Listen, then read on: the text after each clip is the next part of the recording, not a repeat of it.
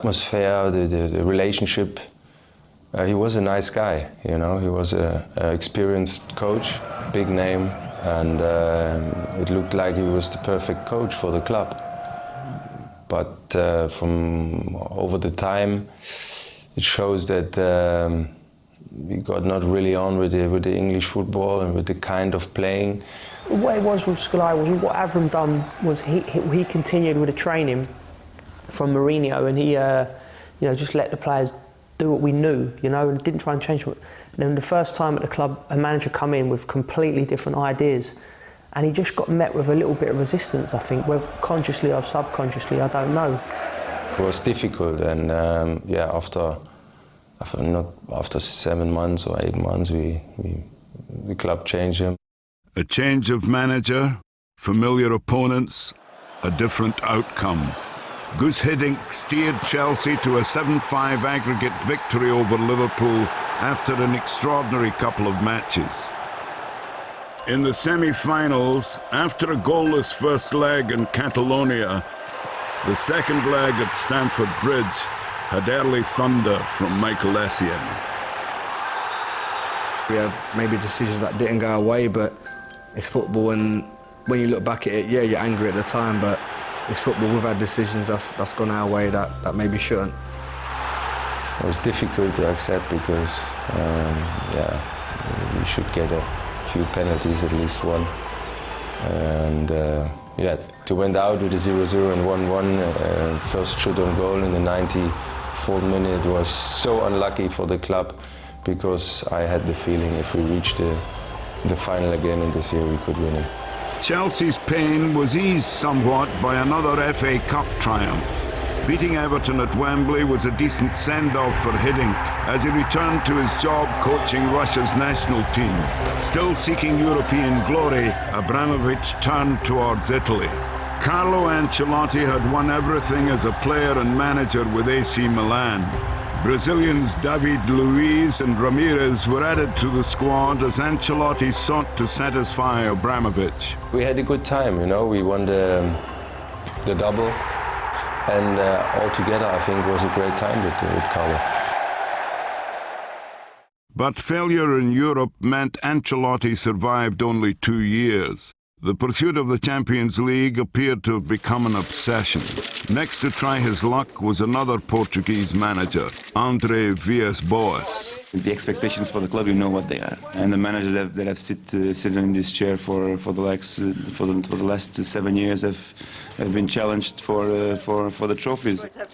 Juan Mata was a notable signing, but the young manager couldn't last under the pressure of poor form and various personality clashes. He was replaced by his assistant, the fans' favourite, Roberto Di Matteo. Shows that he cares, and the passion he shows in the team meetings, on the training field when things don't go well. And he always, refers back to, the way he cares about this football club. He's got a great rapport with the fans, a great understanding with the players. He's communicating with everyone.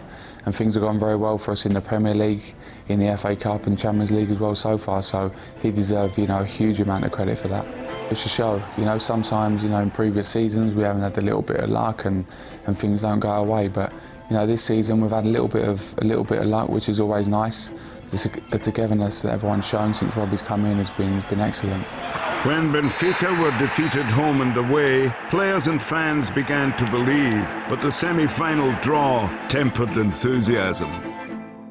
Barcelona, everyone was thinking Barcelona, or is thinking Barcelona is the best club in the world right now, and we had the chance to beat them, to beat the past as well, because everyone remembered that game when Iniesta scored in the last minute at the Stamford Bridge. And maybe it was the last chance for this generation of players to win the Champions League. After squeezing a 1-goal lead from the first leg, Chelsea began poorly at the Nou Camp.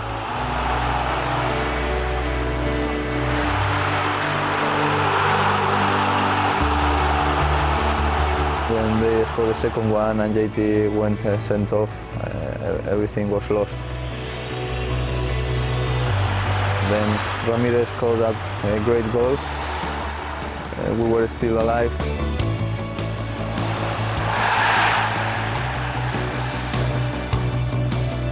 And Messi missed the penalty. It was like no one could believe was happening, but it was like a dream.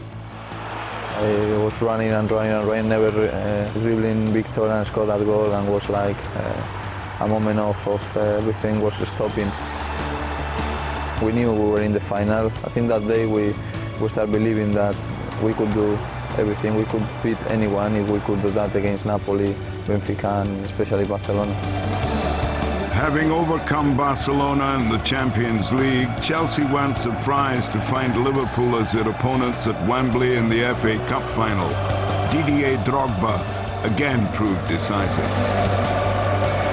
That's when you call upon the big players. They really love the big occasions and the big settings, and it's made for people like Didier. You know, he takes it upon his shoulders to bang a goal in. It was Chelsea's fourth FA Cup win in 6 years, and Drogba became the first player to score in 4 FA Cup finals. Now loomed the biggest night in Chelsea's history, a Champions League final against Bayern Munich in Munich. Chelsea, who were missing 3 key players, including their captain, were very much underdogs. And we were in the final. We felt like maybe it was the last chance we have to win the Champions League. Even playing against Bayern Munich at Munich was very difficult, maybe more than playing against Barcelona. But we needed to be ready and focused. We had 4 players suspended. Everything was against us, but we showed that we wanted the Champions League more than anyone. In the 82nd minute, Chelsea fell behind to Thomas Muller's header. Some things are written in the stars, I think. But Chelsea refused to give up on their long quest. Didier Drogba rose to meet Juan Mata's corner and broke German hearts. Didier and the way he scored, it was just meant, I think, for him to bow out like that. They scored in the 82 minutes and we scored as well after that. Drogba went from hero to villain by conceding an extra-time penalty. Ex-Chelsea man Arjen Robben stepped up. In football, when you don't score the chances you have, you lost. And we knew, and we were talking on the bench, we are going to win, for sure. Doesn't matter what happened, we are going to win that game because it's for us, it's our time. Chelsea's second Champions League final would be settled by a penalty shootout. Football is wonderful because you can go through a lot and different emotions in the same game. Bastian Schweinsteiger's miss meant that with his last kick for the club, Drogba had the chance to make Chelsea champions of Europe at last. We've been fighting to win everything possible with the club, and the best way to finish was to win the Champions League. We knew that the Champions League was the most wanted one for everyone at the club, from the owner until the last supporter. And we could do that dream come true last season. Was amazing to have the chance to win the Champions League.